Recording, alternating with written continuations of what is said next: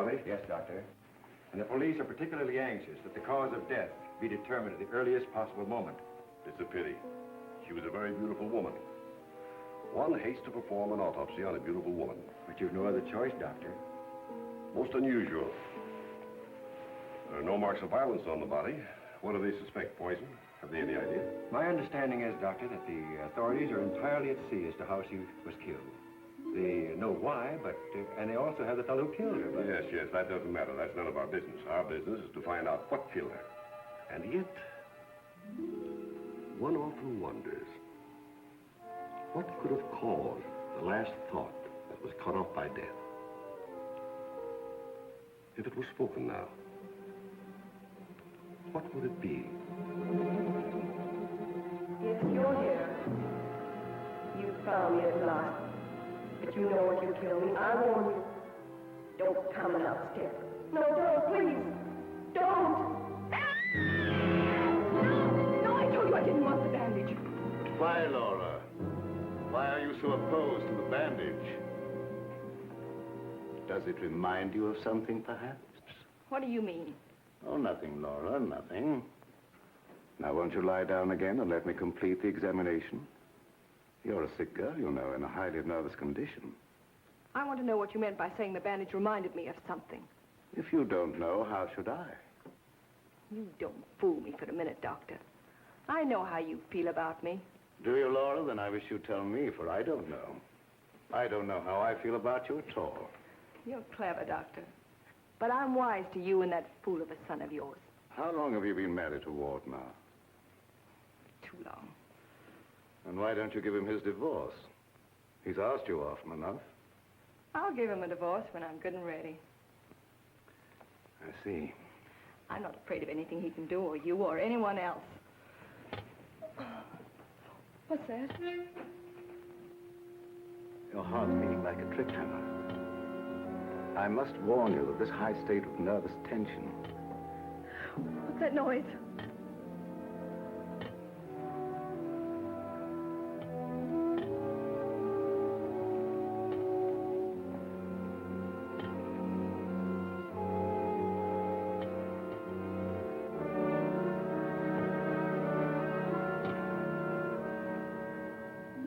It's only a branch tapping against the window.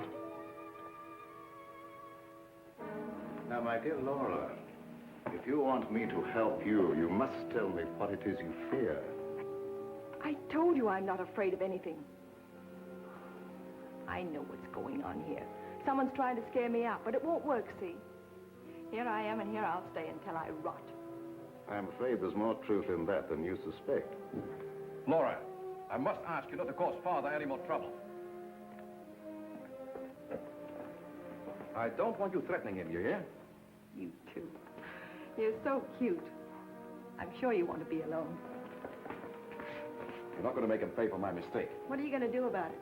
I'd like to... You'd like to choke me, wouldn't you, Ward? You haven't got the nerve. Here. This is the only thing you ever gave me. You can have it back. She's right. I gave her this when we were married. It's the only gift that ever passed between us. Ward, what do you propose to do about Laura? What can I do? She won't leave me. She won't give me a divorce. Well, things can't go on this way, you know. Dad, what is the matter with her? What do you think is wrong? I don't know. She wasn't this way until she began getting those letters from abroad, you remember? Yes, it had something to do with those letters. But you would have thought that when they stopped coming, that... What is it, Elizabeth? There's a patient, Doctor, a Mrs. Williams. Williams? That's the name she gave, and she's decked out like she's going to a horse show. I can't see anyone today. Ask her to make another appointment. Dad, please don't let what has happened interfere with your practice. Oh, very well. Send her in a few minutes. Sure, Doctor. Oh, yeah, that Bill Raymond's waiting. Do you want to see him? Who's he? That private cop who's always hanging around just hoping somebody gets murdered. Oh, yes. He's probably come for his check. Take care of it, will you, Ward? Yes. Elizabeth, Yes. this for you. Gee. Thanks, Mr. Roy. But this belongs to Mrs. Van E, doesn't it? Not anymore. It's all yours. She won't get sore, will she? I don't want to have any trouble with her. You know how she is. I know. We all know Elizabeth. And I want to thank you for your patience. Run along now, Lilibet. Yes, Doctor.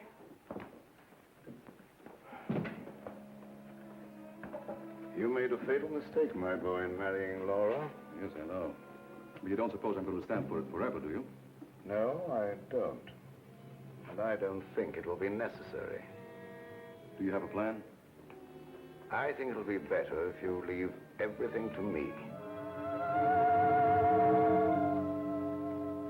From the day a mysterious caller came to see Dr. Van E. Oh, yes, I remember now, Mrs. Williams. I spoke to you this morning on the telephone. I'm sorry, but I can't tell you any more now than I told you then. Oh, naturally, Doctor.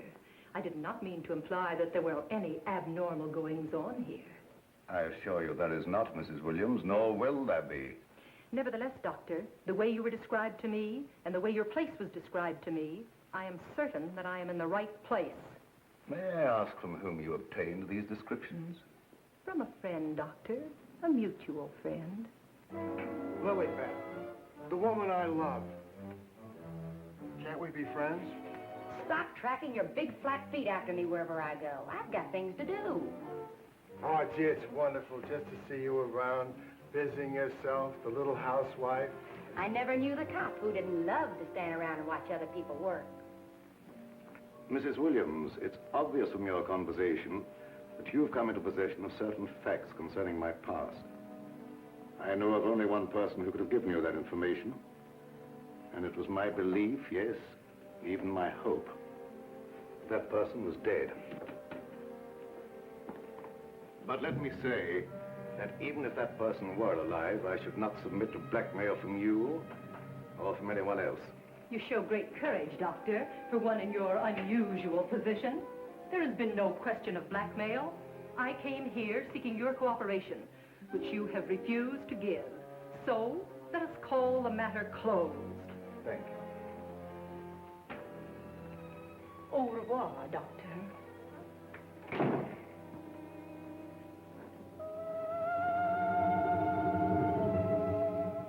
Then came this sinister pair.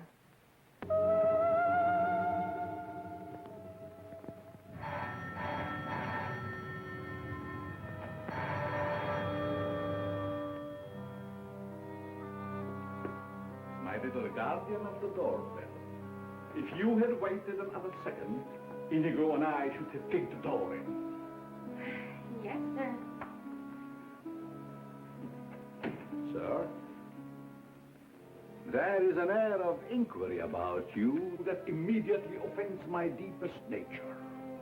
There is something suggesting Scotland Yard, the French Sûreté, the Italian Carabinieri, the Turkish Polizei, and other minions of the law. Short, sir, I think you're a cop. Yeah, how'd you know? I believe I'm in the home of Dr. Joseph Van E. Yes, sir. I mean, sirs. Oh, do not be polite to Inigo. He's only offended by it. Run along, Inigo. Make yourself at home. We got a nice tree in the yard, but it ain't got no coconuts. Micinata, Tarossi, era Uyan. Poi adoptina cara.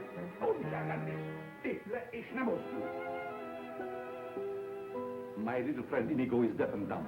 He cannot hear and he cannot speak. But he reads the lips. And I would advise you to say nothing to annoy him.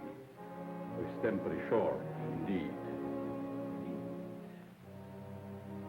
This, I presume, is Dr. Van E's private office. Yes, sir. But I really should announce you. My dear girl, if I allowed myself to be announced, I doubt I would be received anywhere.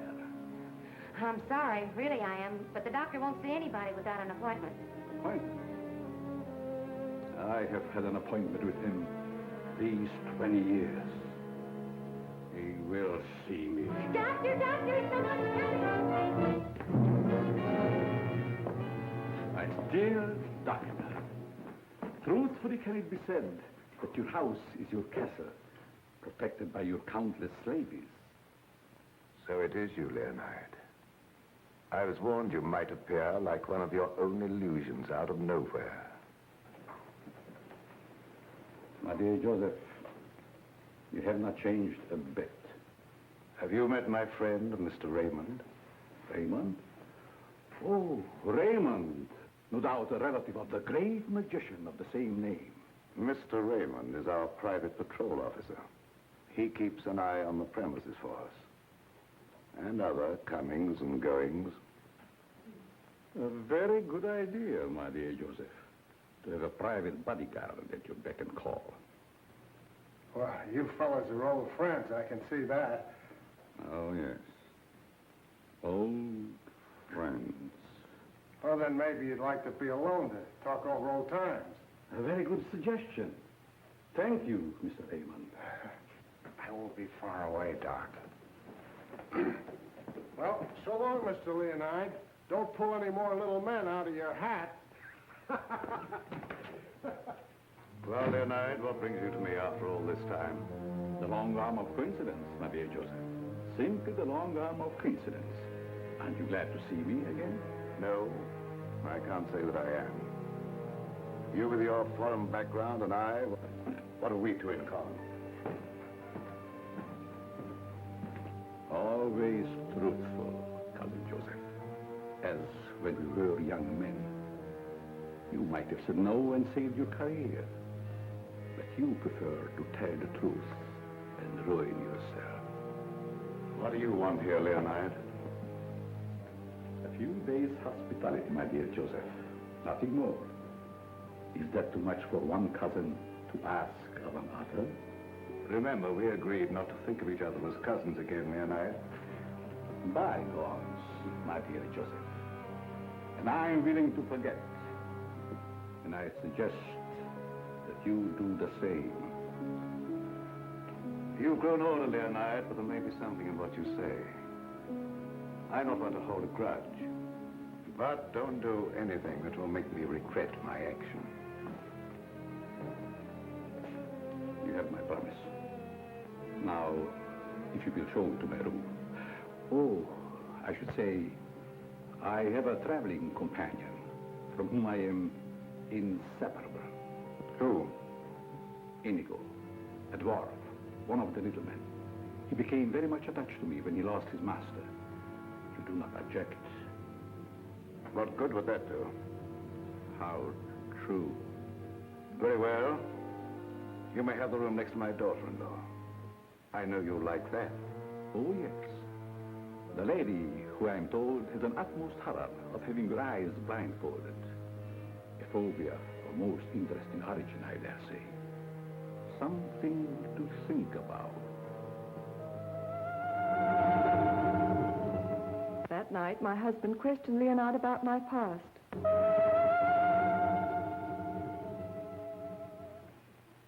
Cousin Leo. Oh, my dear Ward. How flattering that you remember me. Well, how could I ever forget you? What are you doing here? A chance visit, my boy. I wanted to see the old homestead again. You've seen Father? Yes, and he received me with open arms, in a manner of speaking. I don't mind telling you, you came at a very bad time. We're having some trouble. My boy, Trouble and I are like this. I presume you refer to the charming lady in the room next to mine, your wife, I believe. Yes, Laura. I have met her, but I'm looking forward to the pleasure. I'd like to talk to you for a moment. All right.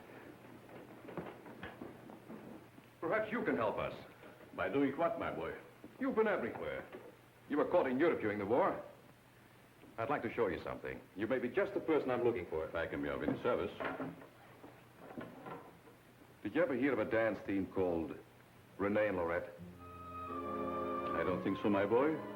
And then again, must have been such a team. Look.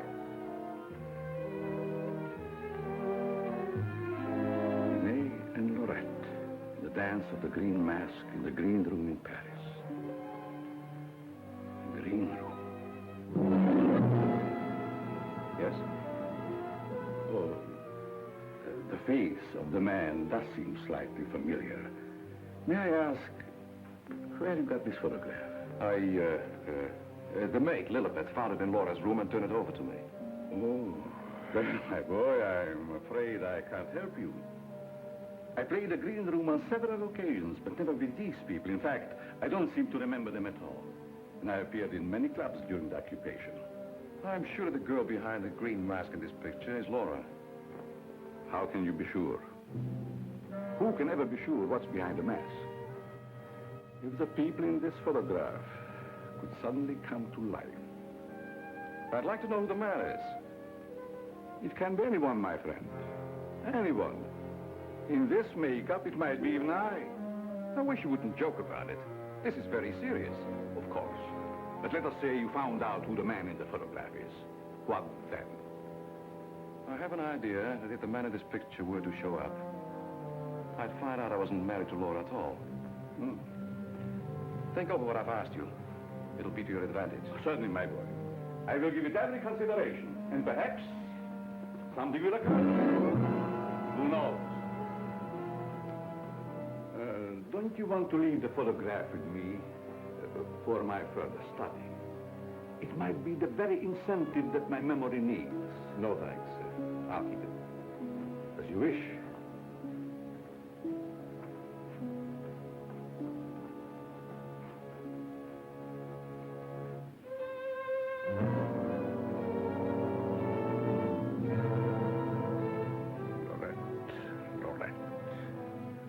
I'll make a bet the man in green will get you yet.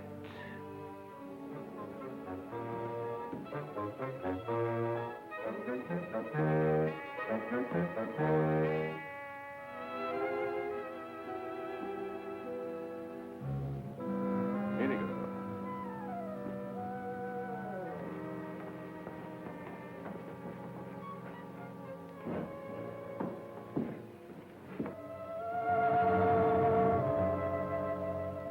A gruesome surprise was in store for me the following morning.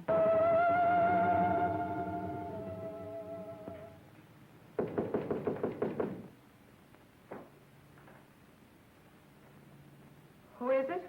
It's me, ma'am. What do you want? The afternoon mail. You wanted to know when it arrived. Was there anything for me? Yes, ma'am. Put it under the door. I can't. It's a package.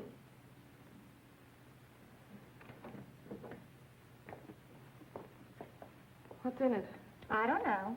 It's against postal regulations to open other people's mail. That's never stopped you before. I'd like to know what you mean by that remark, ma'am. Oh, shut up and get out. Don't you want me to help you open No, it? I don't. Get out. It's addressed to you in green ink with a warning. Look out for the man with the green mask.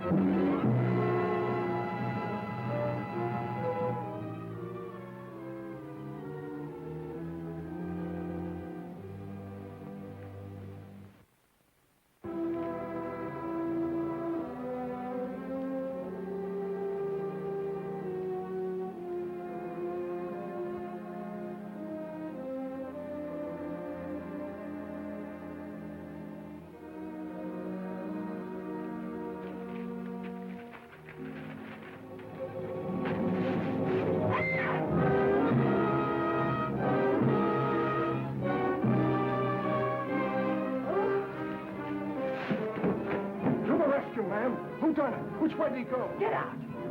Get out. I just heard you yell. I was hoping it was a murder at least. Get out. I tell you, you have no business here. Well, but you don't understand. I'm supposed to be here. That's what I'm being paid for. Paid? Yeah. You see, I'm Bill Raymond, private cop in this neck of the woods. I was hoping we'd have a little murder or something happen around here so as I could solve it and get my old job back at Sentinel Homicide. Nothing personal, of course. Who told you to say these things to me? Well, nobody said nothing to me. I was just waiting around outside to see Dr. Van Nee, and I heard you yell. So you're a friend of that crazy doctor and his son. Crazy? I wouldn't exactly say that, ma'am. The doc's a pretty good egg.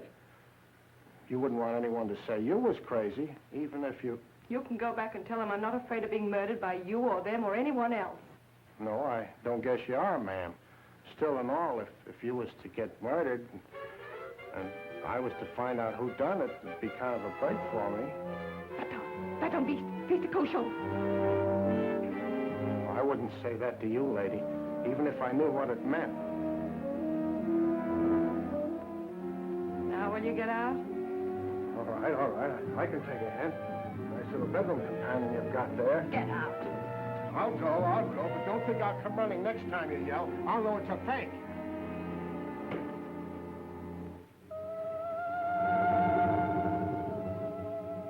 I became afraid and my mind started to crack.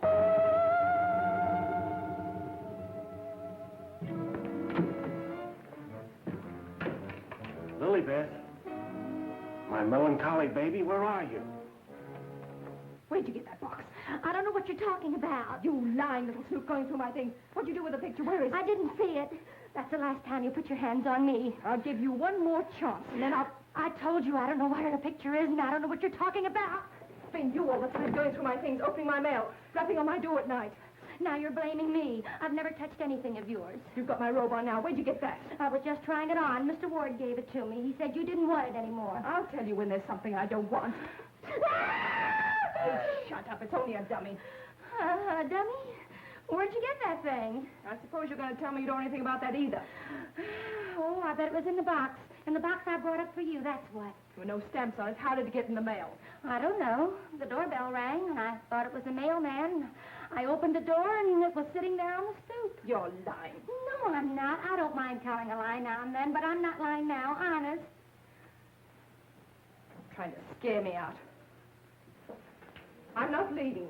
No, but I am. You come here. You and Mr. Ward are pretty thick, aren't you? Thick? Yes, thick like your head. He's fallen in love with someone else. Who is she? I don't know. It's not me. I know it isn't you. I know all the signs. He's fallen in love with some simple-faced man. There's always a way to get even with them. I've got to find that picture. Otherwise, they won't know what he looks like. I've got to send it to the police. He won't dare touch me. Who do you mean, the man in the picture?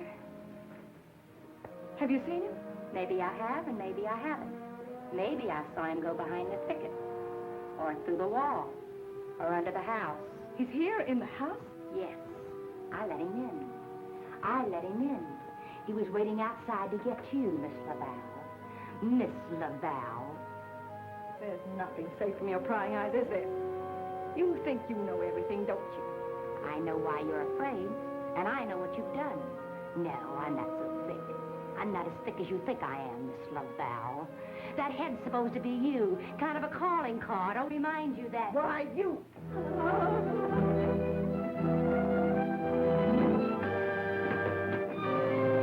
Excuse me, lady.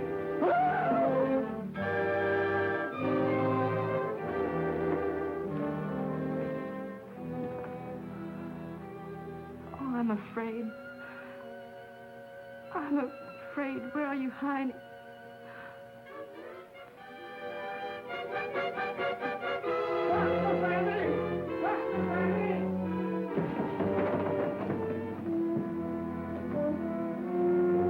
Dr. Fanny! Dr. Fanny! Doc! Fun is fun. But after all, there ain't nothing in my contract that says I gotta... Well, now I ask, is that anything to be playing football with? Where did you get that, Raymond? Miss Fanny chucked it at me like I was a pass receiver for a football team.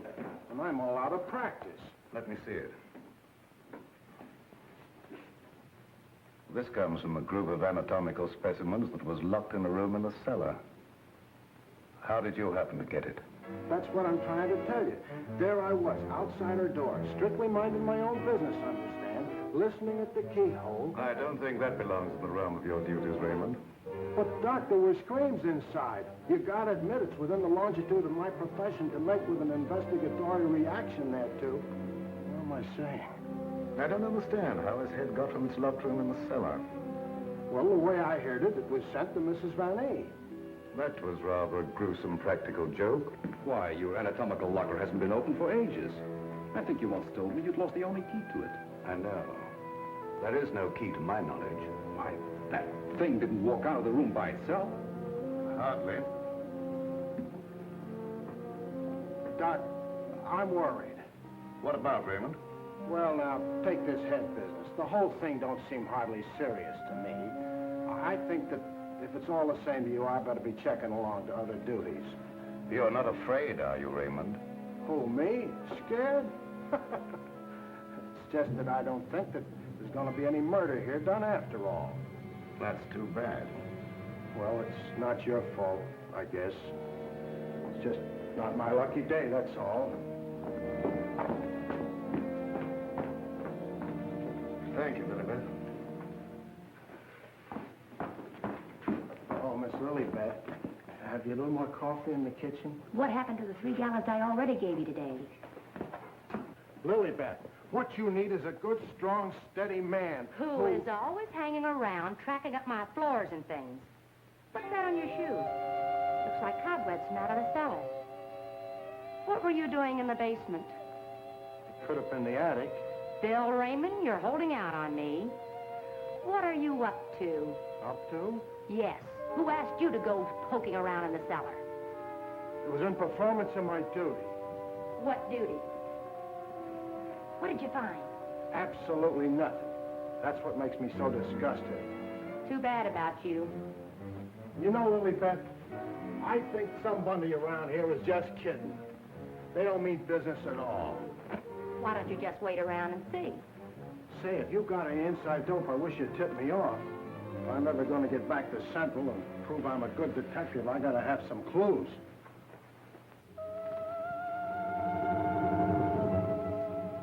Yes, I was scared. Scared of my life. I expected big things of that ghoulish-looking guy, but he ain't delivered neither. I should say, in a way, you were entitled to expect big things from him. Leo was once confined in this house when it was an institution for the insane. Nerves, you know. Do tell. Well, then, he must know his way around the place, huh? I understand while he was here, he engineered an immense number of secret passages through which the guards could keep an eye on the inmates at night. Finally, he took one of these passages into the outside world, and we heard later he'd been seen in Europe. Ah, Europe. That's where history's being made today. Gee, I'd love to travel and... Well, perhaps you'll have an opportunity someday. Not if something don't happen around here pretty soon to make me famous. That Lilibet. I've been trying to get a cup of coffee off of her all day. She don't care what happens to my metabolism. Metabolism. That's a good word. I wonder what it means.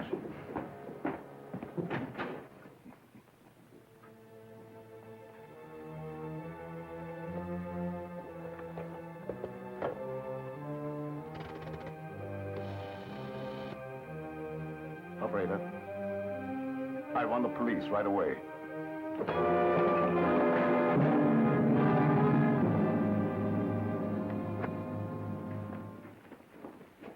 Stop crowding me. But, hon, don't you want me around to protect you? That indigo guy might... Yes, but who's going to protect me from you? Lilibet. My wild Irish rose. I just live for the day when I can take you out of all this.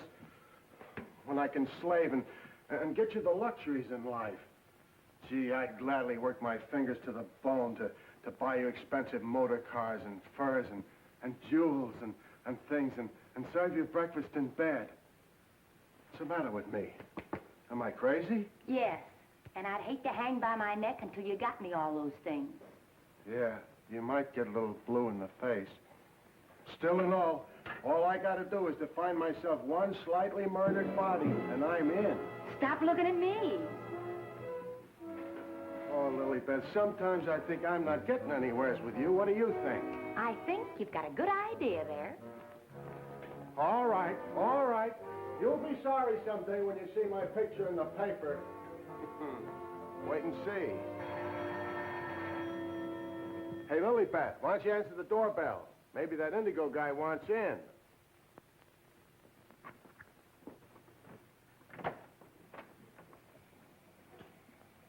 The doctor ain't home. You'll have to call some other time. Don't be silly. Don't say I didn't tell you. Close the door on your way out. Hey, wait a minute. Well, if it isn't Bull Raymond. Shh, Terry. You trying to ruin me? Ruin him. Come here, Bull. Meet Miss Cornell. How do you do, I'm sure. Likewise. How do you happen to be out with him? Cute, darling, don't you think? Flat at both ends, head and feet. You've heard me speak of him. Bull Raymond. Bill Raymond, if you please. Mr. Terry Lee, you so-called reporter. How do you happen to be out with a dish like this? Jane Cornell. Good for dull days in a man's life. Mr. Raymond. Oh, yeah, I remember. Terry told me about the time you shot up the dressmaker's dummy. Huh? Yeah, he said you closed in on what you thought was a murderer, but it turned out to be the dressmaker's dummy, and you shot it full of holes while the real murderer got away. My pal. So this is where you've been hiding after they kicked you out for that fiasco, huh? Bill, I mean? What are you doing here? Can't a man rehabilitate himself in peace? Here I come, looking for an honest crime around here so I can solve it and get myself back to Central. And you come along and... Where's the body, Bill? There ain't no body. That's the trouble. No, let's keep it friendly. Friendly? What do you mean? Let's have it. Who killed who and why? Are you kidding? Did somebody get knocked off around here? Look, I don't like to be kidded either. Where is it hidden, Sherlock? Oh, Terry, you've been on the police beat so long that... Now, listen, Bill, you know me well enough to know I wouldn't come out here just for the ride. Not when I could be, It just so happens there was a call to the police. Came from out here. And I happened to be there when it came through. Miss Cornell happens to be the operator. So she tipped me off. Told me the line had gone dead. So I smelled the story, and here I am for an exclusive. You see what I mean? What's in that? Well, that's the doctor's consulting room, but there ain't nobody in there. I've been standing here for quite a spell. Open it up. Let's take a look. That's funny. The lights in here ain't almost never out. In you go. Never do that. I could get killed that way. Is that bad? Oh, so nothing's happened around here, huh? It's busted.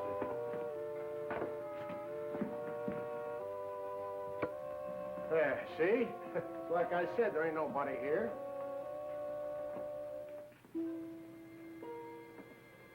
Hey, cut it out, will you? You're making me dizzy. Well, sure, somebody stumbled over it and pulled it out of the wall. Could happen anywhere.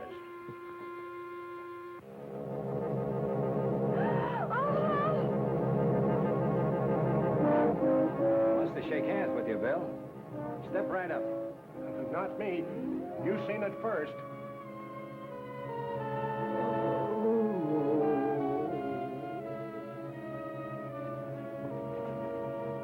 Doc! Raymond, did you try and kill me? Why, Doc, why should I do that? You ain't paid me for last month yet.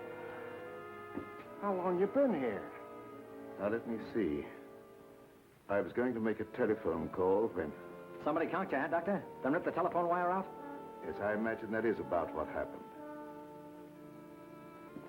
Who are these people? Well, they're all right, Doc.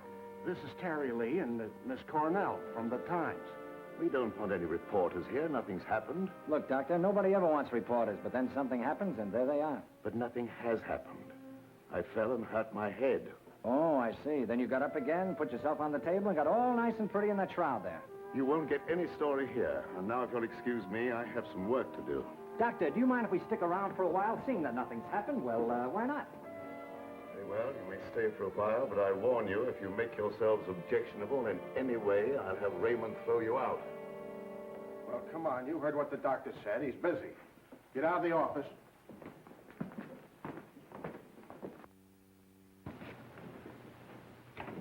Probably a pretty nice guy, caught in a tough spot. That's the way I see it. You wouldn't want me to tell him you got kicked out of homicide, would you, Bill, old boy? Oh, Terry, you're my pal. You know that, don't you? Would I kick you out? You would if you could, Bill. Now, why can't we have a little talk, quiet like? Well, if you just follow me in the parlor over here. Oh, me too, darling, me too. Darling knows everything about everyone, and that's how I learned. Good girl. I just sit at his feet and listen. Yeah? Baby, I'm going to miss you an awful lot when I grow tired of you. Now, remember, you're just going to listen. Well, of course, darling. What else do I do when I'm with you? Sit down. Now, as I remember it, there was a singer at the Click Club who called herself Laura Laval. Didn't she marry young Ward Vanny a couple of years ago? I don't know nothing about it. Oh, yes, you do. It was just about the same time that you had that affair with the dressmaker's dummy. Oh, yeah. Yeah, now I remember, Terry. You're right. She was down to the Click Club, and it was her that married Ward. Wasn't that on a bet of some kind? Well, there was a party going on, and somebody dared Ward to ask the singer to marry him, and he thought at the time it was a good gag, and he went along with it. That's right. He got pretty high and then popped the question at her. How romantic. I just love that. Hush, dear. Listen. Oh. Well, that's how it happened anyway. Ward woke up the next morning and found himself married solid. He'd asked her, and she'd snapped him up. Oh, and they lived snappily ever after. I don't care. I think it was sweet. Darling, couldn't I get you high sometime and... Sweetheart, have you ever heard the old saying about little girls? What's that? Little girls should be seen and not heard. Now, go on, powder your nose. All right. I think I'll be shoving along, too. Now, wait a minute. We're just getting started. We were talking about a singer who called herself Laura Laval. Pushed away into this house for good reasons of her own. Gentlemen, I beg your pardon. I must tell you frankly, I have been eavesdropping. Professor Leonard, this is a reunion. My boy, you must forgive me. You seem to remember me, but I do not recollect you. When was it?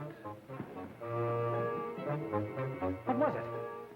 Oh, Professor, it was a long time ago, and I was a kid up in the balcony in Albany. Yes? When you brought down the house with great feats of legerdemain. Oh. You remember, Professor? That was the night that the box office receipts disappeared, just like magic. Part of the act, my boy. Just a part of the act. It's a pleasure to meet one of my youthful admirers. Terry Lee of the Central City Times.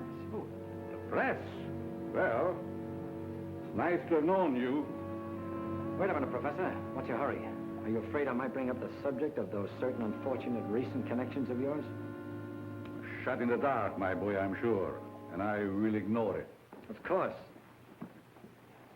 And this young lady, no doubt a companion of yours. Jane Cornell, my fiancée. Delighted. Likewise, I'm sure. Delightful. And I would suggest to take very good care of her. Miss Lee? Oh, I haven't had a chance to talk to him yet, Mrs. Van Eve. Never mind, I'll tell her myself. Darling, I met her upstairs, and I told her all about you, and that you know everything about everyone. Thank you very much, dear. Welcome to your living room, Mrs. Van E. Thank you, but it isn't my living room.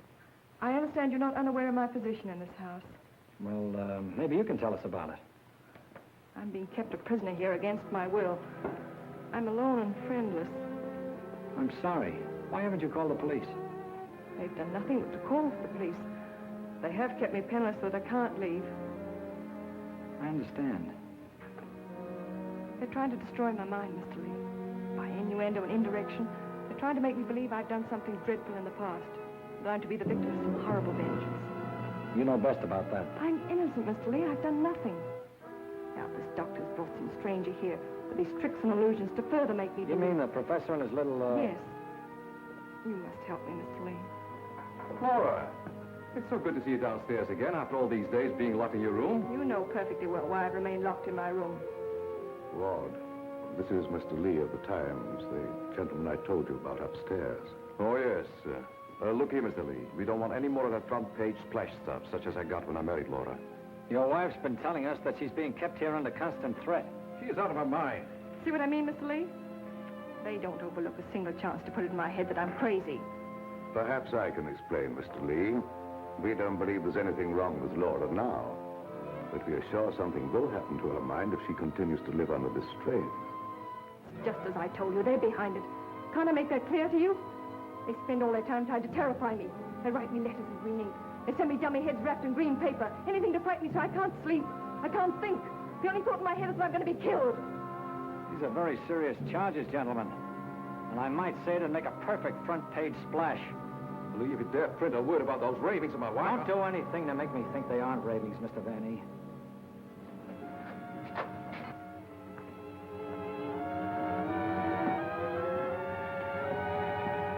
He said to put the blindfold on, and you will know the truth. No!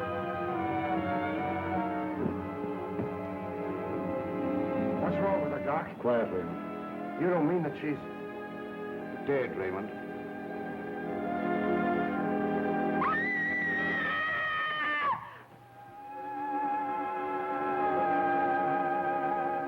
Then I knew that he was here.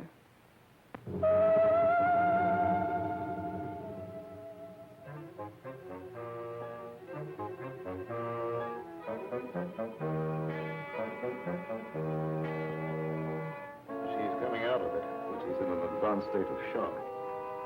May be necessary to administer a sedative. That's intended to shut her up. I'd like to hear her do some more talking, Doctor. If her mind is allowed to dwell upon what's happened, that may be the breaking point. Well, you've got all the answers. Look here, Lee, I don't like your tone. If you have any insinuations to make them to me. Okay, I will. Suppose you and I talk this over downstairs. I don't recognize your right to question me. However, if it'll make you leave Father alone...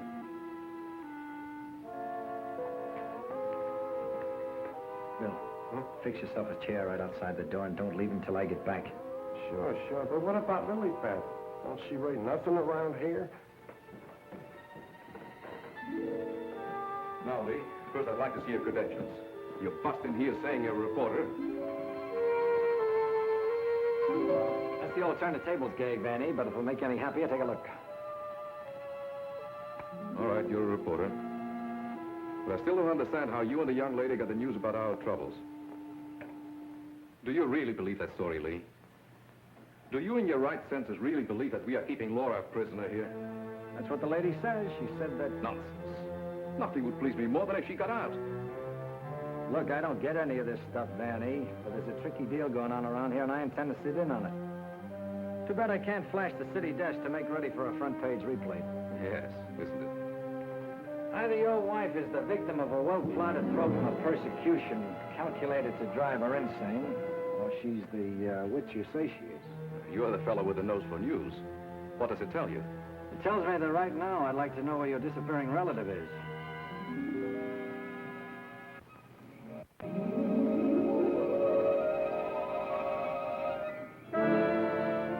Get back, you fool. What's out there? I have a right to know.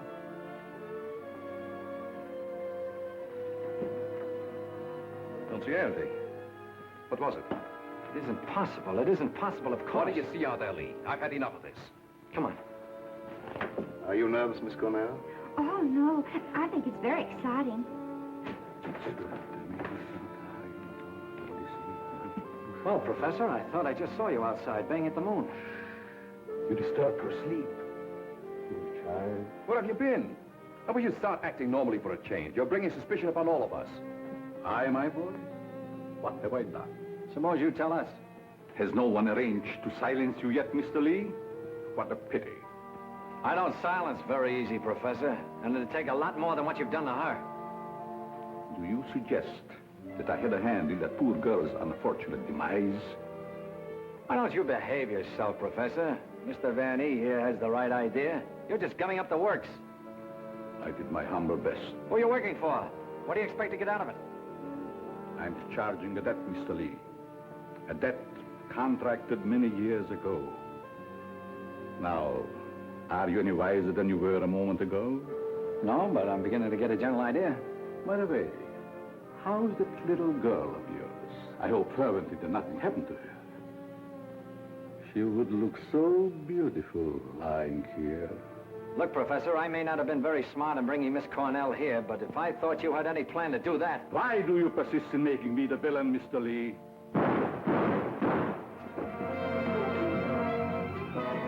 Now we will let you be the witness, Mr. Lee. I am here. The sounds came from upstairs, right? Always reliable. Now what are you rehearsing? In there, Terry. In there. It's murder.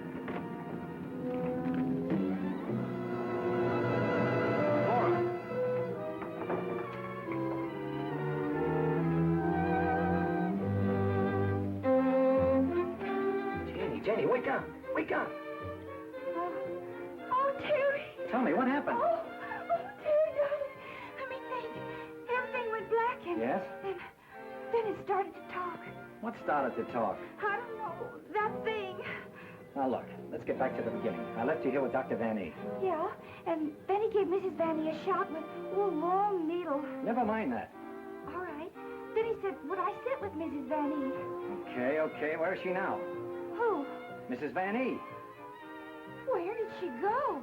That's just what I asked you, Janie. Well, she was right here. Then Dr. Vanny went out. Then what happened? Well, then Bill Raymond came in. Oh, that's great. The two of you in the same room at the same time. How did you communicate with each other? Sign language? Oh, I don't care. All you do is make fun of me. I didn't ask to come to this, whatever it is. Oh, yes, you did, dear. Don't you remember? You said you wanted to see what the life of a reporter was like. Don't forget, Mr. Lee, one must not expect too much of certain types of mentality. Shut up, Bill Raymond. I remember you when you couldn't even make your X. Oh, I want to go home. We can't go home, darling. We've got to get a story.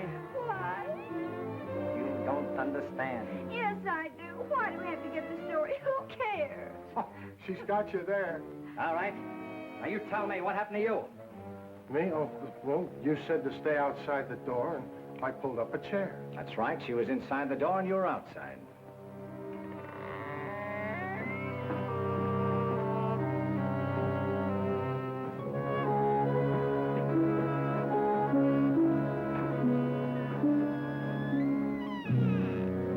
Then come that odor of heavenly perfume. That was an lily pad.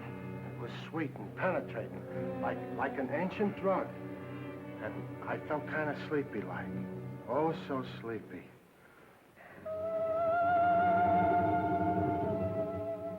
At last, he had me under his power.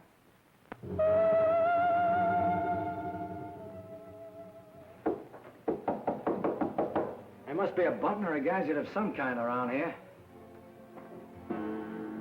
2 o'clock, almost deadline for the 9 o'clock final. Oh, Terry, what makes you think there's anything behind them walls? I've got a sneaking suspicion that the professor uses them for a disappearing act. I wish Lilybeth was here to make me a cup of coffee. Well, she's right over in the doctor's office. Why don't you ask her? Poor Lilybeth. I kind of hinted that all I needed was a murdered body, but I didn't think she'd take it personal. Will you stay with those walls? I've been around them 3 times, Terry. The thing I can't understand, if the professor was down here when the trouble was going on upstairs, he just had to be 2 different guys in order to have a hand in it. Oh, Terry, let's figure it out in the morning, huh? What's that?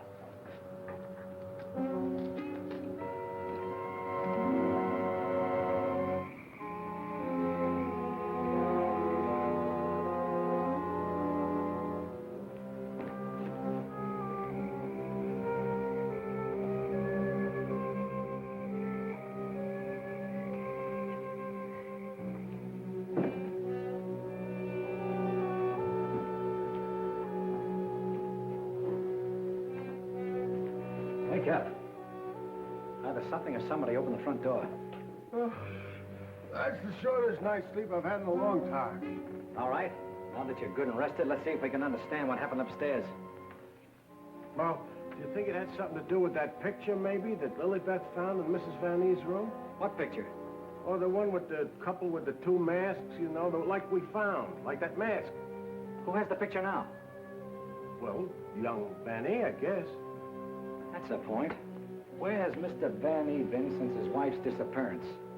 Well, him and his old man are sleeping. I guess they got some sense. Oh, no. I've already checked that, and they haven't slept in their beds tonight. Wake up! I refuse to answer on the grounds that my tend to incriminate or degrade me. My unconscious mind. Now, look, Bill, please stay awake for a while. Now, look, tell me, what happened when you smelled that sweet odor in the hall upstairs? No, it smelled lovely. Lovely, that's all I can remember. And Dr. Van E had already left Laura's room, is that right? Yeah, he'd gone out, and he said goodnight, and he had given her some sedative or something that he said would take care of her till morning, and then he went down the hall to his own room. And then you fell asleep? Yeah, no, I just kind of dozed off a little. Like this. Here's your coffee, sir. Terry, that's a dirty trick. Stay on the other side of that window. What for? Take a look. I'm looking. What do you see? Lily Beth! Gee, this ain't natural. Who are you talking to? The woman I love. Poor little angel. Try and speak to me. She can't hear you.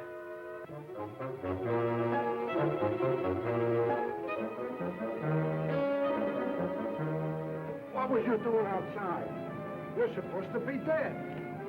Now you stay right here, honey. I gotta catch that guy in the shrubbery.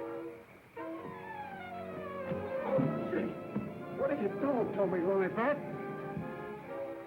I got work to do. Lily Beth, be reasonable, will you? If you don't cooperate, I'll never get back to Central. Never mind, Raymond. Take care of Lilybeth. Lilybeth! Yeah, that's who it was. I opened the door and she fell right in my arms. Like she had something special to tell me.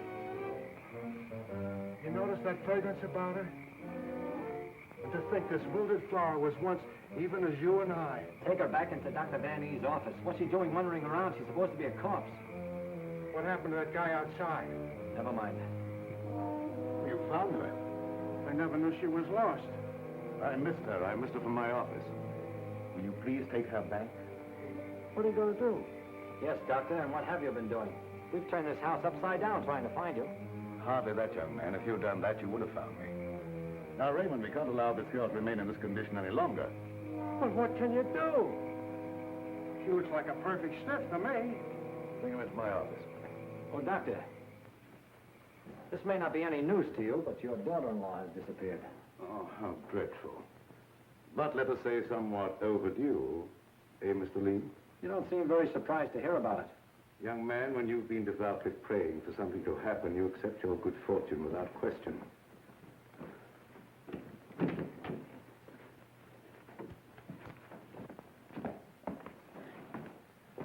We thought that probably you might be able to throw some light on the subject.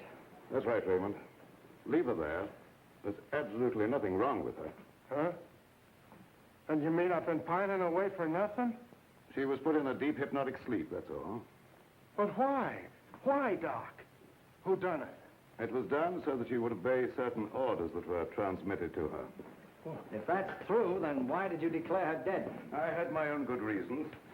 Would you give me one reason why you like to go around getting hit on the head? That must become a little monotonous. Mr. Lee, are you sure that you saw what you thought you saw? Well, I'm not blind. I might be getting a little dizzy in this madhouse.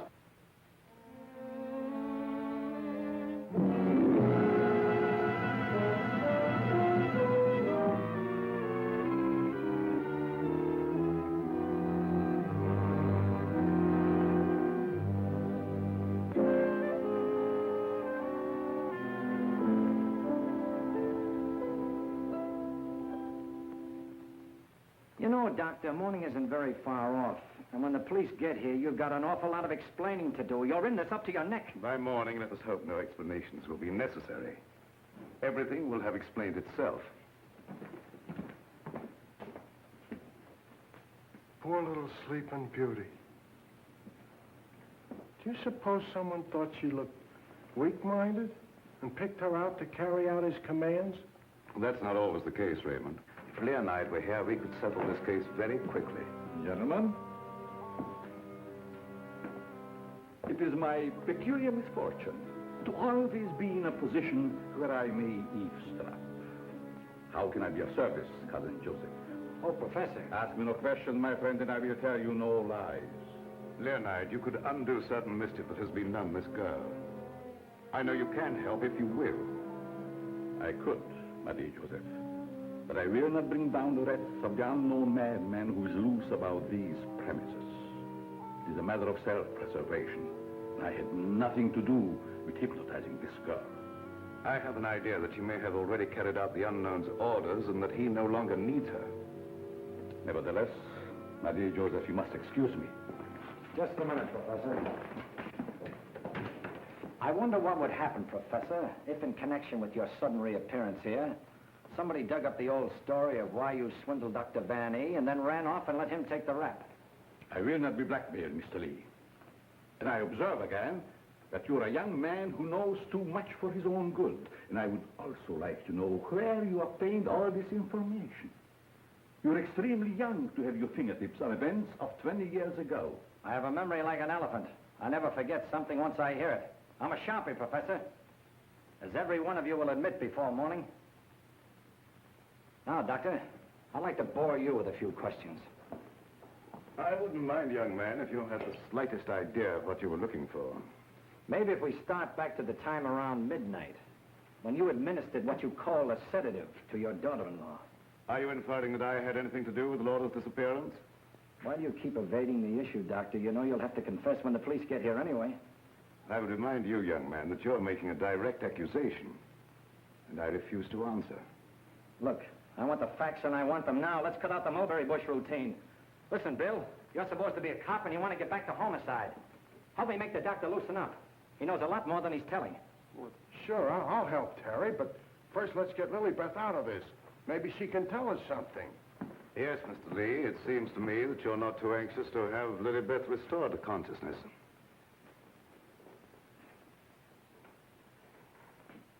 What do you hear, Doc? Her heart's in a very depressed condition.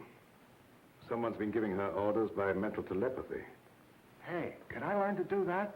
Supposing Lilybeth was in the kitchen, could I telegraph her a wish for a cup of coffee, huh? Perhaps, Raymond, someday when we have a little time, I'll indicate the principles of hypnosis to her. Thanks. Dear Joseph, the principle of hypnosis isn't as simple as you would make them believe. It requires a long and patient study. But I will risk the rest of the unknown. For I see you truly love this child. And for your sake, I shall use my knowledge. Oh, gee, thanks, Professor. You're solid.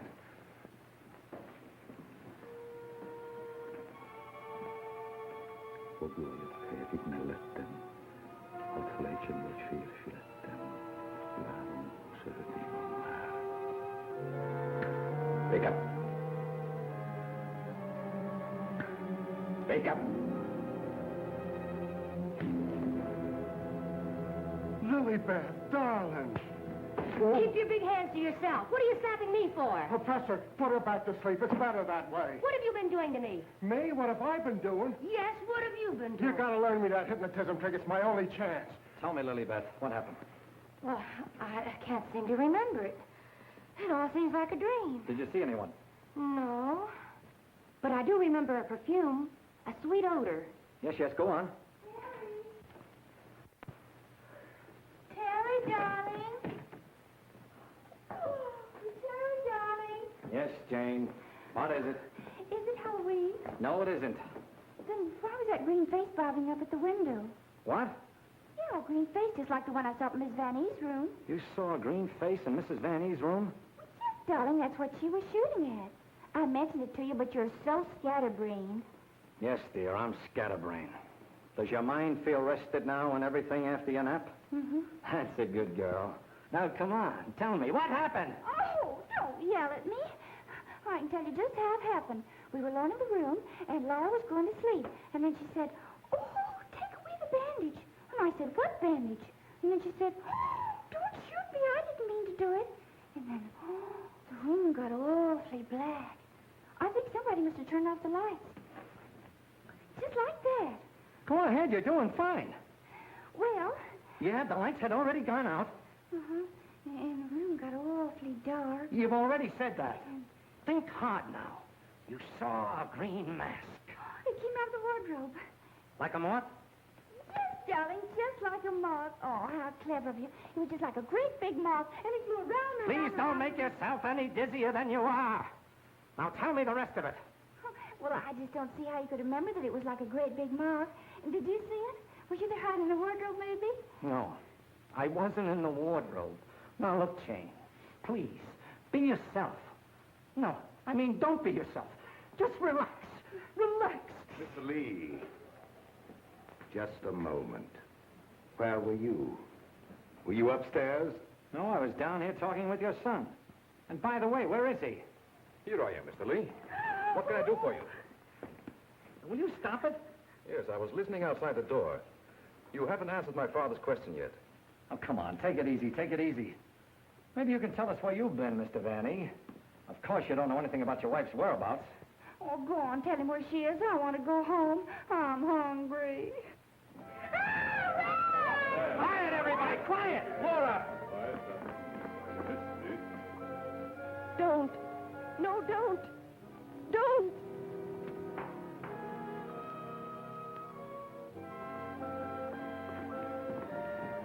Laura! She's under a hypnotic spell.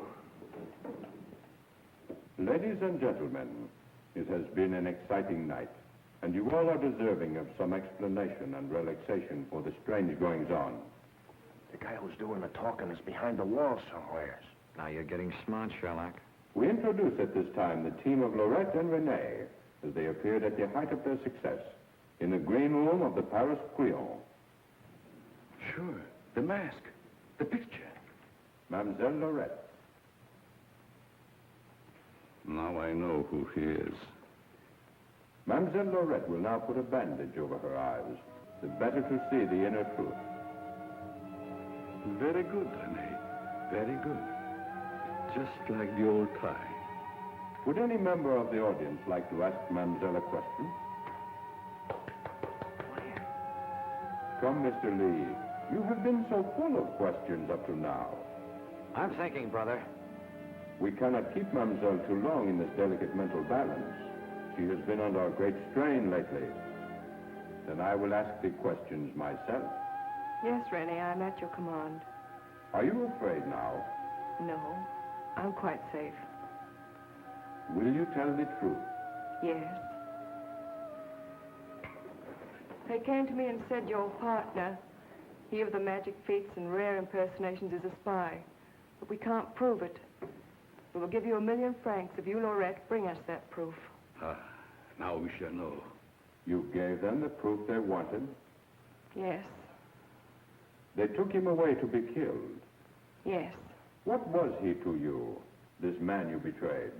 This man you sold to the enemy for money? He was my husband. When they told you he was to be executed, you sent this man a gift for his last moment before the firing squad. What was it? It was a green scarf for his eyes. Like the one you're wearing now? Yes. Why did you send it? It was my scarf. I wanted him to know I had betrayed him because I hated him. He was good and kind, but I hated him for the power he had over me. I see. That is your only defense. You hated. You thought they shot him. You escaped to America. You thought you were safe. Then you found out he was alive and wanted revenge. Thank you, Mademoiselle Lorette. You may remove the bandage now. What do you see on the cloth, Mademoiselle? There's a hole in it. Yes. What else, Lorette? What else? There's blood on it. There's blood. I have come back. I am here. And I will have my revenge. No! No, don't touch me! Outside, under the window, you know where.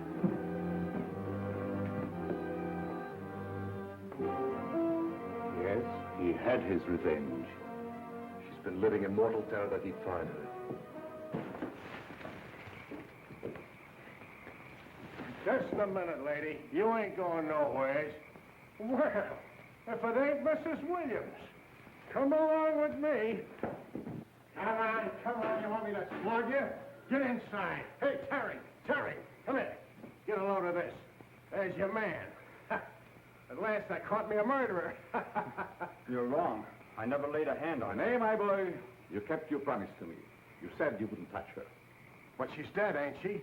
And you ain't going nowhere till we find out what killed her. And you, Professor, you know too much for your own good. I'm holding you, too.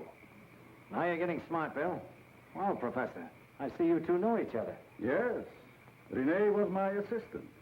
I taught him everything he knows. He went out for himself and became a success. Later, we met in a concentration camp. And here we are. A small world, Mr. Lee. A small world, indeed. Terry, is place where you get the marriage licenses? No, dear, this is the morgue, the morgue. Oh, darling, you say the cutest thing. The mark. Oh. Never mind, dear. You just stay right here. Nobody will get you. Oh, but... Well, Doctor, got anything to add to my story of the year? Who's this Renee? Renee was a husband. She turned him over for a sum. Figured the Nazis would take care of him, but he had ideas of his own. Look, Doc, was it murder? Do I finally get a break? Was she murdered? We're sending the report to the police. What was it say? Oh, come on, Doctor. Don't hold out on us. I didn't understand it at first, but I do now. There were no marks of violence on the body, and we found no internal disturbances. What does this all add up to, Doctor? Yes, let's have it. She was literally scared to death.